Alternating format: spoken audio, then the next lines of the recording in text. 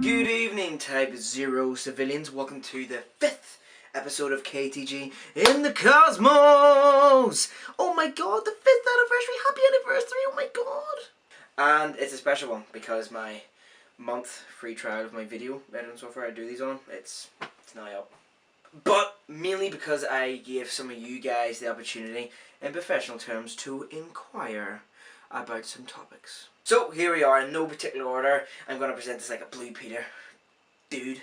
Ryan Dickey from County Antrim. No, so that's not Blue Peter. It's more of a, I don't know, song choir church thing. I don't know. This would be more Blue Peter. I'm going to limber up motivation, Blue Peter. Ryan Dickey from County Antrim asks, what are black holes, what are white holes, and what is dark matter? Well, Ryan Dickey from County Antrim, let me tell you. Blue Peter accent gone. We're good to go. Let's start with your hole. Holes. Holes. So a black hole in basic terms is gravity's total victory over mass. So when a star is born, throughout their entire life they burn through their fuel in their core, fusing hydrogen into helium, just like our star. Once our star burns through all of its hydrogen, it's left with a core of helium. Because the sun is not hard enough to fuse helium, anything past that, it attempts to fuse carbon, but fails. However, large stars are the more the buff stars. They're the more the gym freaks with the creatine pills and the protein shakes. They're sufficiently hotter and fuse hydrogen into helium, then helium into carbon, then oxygen into sulfur, magnesium, and then finally iron. The massive star builds up a core of iron. The star is not hard enough to fuse past this, and when gravity begins to crush the star. The first thing that takes place is electron degeneracy pressure. Spell that. This is when gravity starts to crush the core of the star, but electrons form. Now electrons don't really like each other and they fly apart. So as gravity begins to crush the core, they push out, and this holds the core from the force of gravity, and this holds the core up. But gravity is persistent and continues to prevail, and this is when neutrons are formed and you're left with a neutron star. And like electrons, neutrons don't like each other as well, and they stick out, which keeps gravity up for a short period of time anyway. And note, by the way, once gravity begins to crush the core, a supernova occurs on the outer layers of the star. That's a supernova. Another thing to note is only certain dense stars can produce black holes. A star with a mass greater than about 20 times the mass of our sun, a sun may produce a black hole at the end of its life. The key word being may. If the core remaining after the supernova is very massive, about 2.5 times the mass of the sun, no other or no known repulsive force inside the star can crush back hard enough to prevent gravity from completely collapsing the core into a black hole. Gravity pretty much wins. Yay! So really, massive stars go two ways. They produce a gamma ray burst, or they go into a black hole. So now we know how they're formed. What are they? To sum it up, these are objects that pull matter and material around into the event horizon, which is the centre of the black hole. This is due to their intense gravitational pull and distortion on the fabric of space-time. Not even light can escape. You would need to be able to travel faster than light to be able to escape the pull of, if you're close enough essentially, of a black hole. As many people still think today, they think black holes are still theory. They are indeed fact now, as we find many existing in our Milky Way. Even at the centre of our Milky Way lies a supermassive black hole. Supermassive black hole.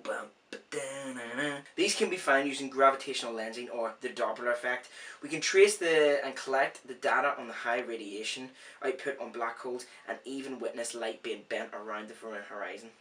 As when material and matter gets sucked into the event horizon, it does shoot out opposing gas, which can sometimes be seen coming out of a black hole.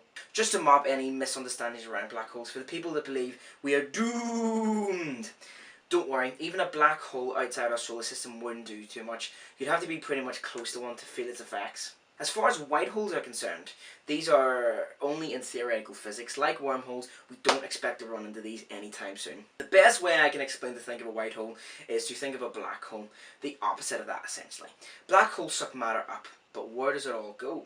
Well, white holes are objects which expand outwards from space-time singularity and emit energy in the manner of the time-reverse black hole, in theory, remember. So if you imagine being around a black hole, many paradoxes or strange things may happen. In a way, spewing out time, kinda. You may see the past or the future in front of you. All kinds of funny stuff will happen. Now we have covered your hole, Ran.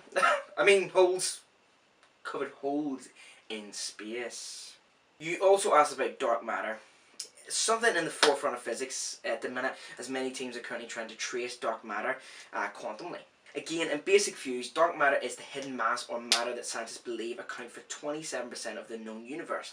In fact, they believe normal matter, the matter we see, stars, planets, nebulas, galaxies, clusters, they only add up to less than 5%. The rest of that is dark energy, which actually comes to a staggering 68% of the universe. But what are they? We're much more certain what dark matter is.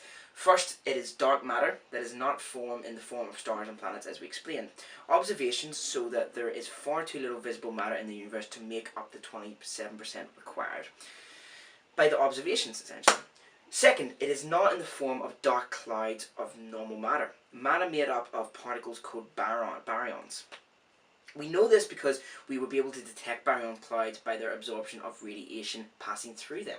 However, at this point, there are still a few dark matter possibilities that are variable. Baryonic matter could still make up the dark matter if it was all tied up in brown dwarfs or in a small, dense chunks of heavy elements. Dark energy is the real game here. It's believed that dark energy is one of the reasons why galaxies move away from each other, and indeed the expansion of the universe, a hidden gravity, if you will. The last one I will cover for this episode is from my lovely Jadine Andrews, who asked why Pluto was declassified as a dwarf planet. Good question, because it is a dwarf planet. So, in 2006, Pluto was declassified as a planet to the status of a dwarf planet. There were a lot of protests, riots, threats of nations between nations, of atomic warfare. The world was fucked by this. People still argue that it should be classified as a planet. Here's why I think it shouldn't be. Pluto is not really a planet because of its size and location in space. So Pluto and objects like it are called dwarf planets. Pluto is also called a plutoid. A plutoid is a dwarf planet that is further out in space past Neptune. From the early formation of the solar system, there is just not enough material in the outer reaches of the solar system for outer planets to coalesce and form. Now, let's keep that in mind for other dwarf planets past Pluto, some of which they're actually bigger than Pluto. So there is Sedna, Exna, Makemake, Eris, also Sirius, which was the biggest asteroid in the solar system and then got classified as a dwarf planet. These never get mentioned, so to say Pluto is a planet and they aren't is quite silly. We would be putting the planet count of our solar system up to 20 odd, 30 odd, 40 odd.